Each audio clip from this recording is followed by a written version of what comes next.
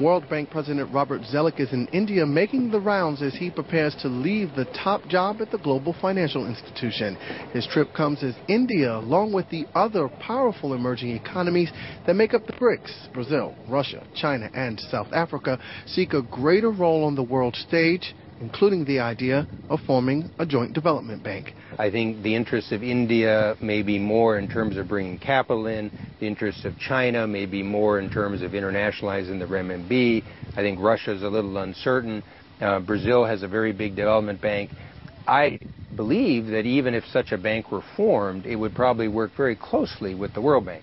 Because what's important to understand is the World Bank is much more than an institution about loans and private sector investment. It's really the knowledge and experience. And so we work with private sector funders, development banks, regional banks. We'd work with a BRIC bank. And it would probably be difficult to replicate sort of the knowledge and expertise that we fund. Zoellick, who was in India taking a tour of some World Bank-funded projects, also deflected criticism the institution is too influenced by Western nations.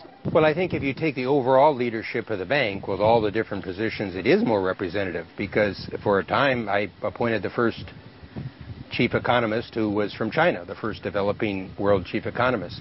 For a period, the three managing directors who reported to me were all from the developing world. So I think it's not just a question of the head of the organization, it's a question of the organization as a whole.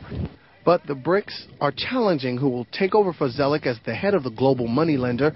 They are pushing their own candidates, opposing the tradition of a U.S. leader.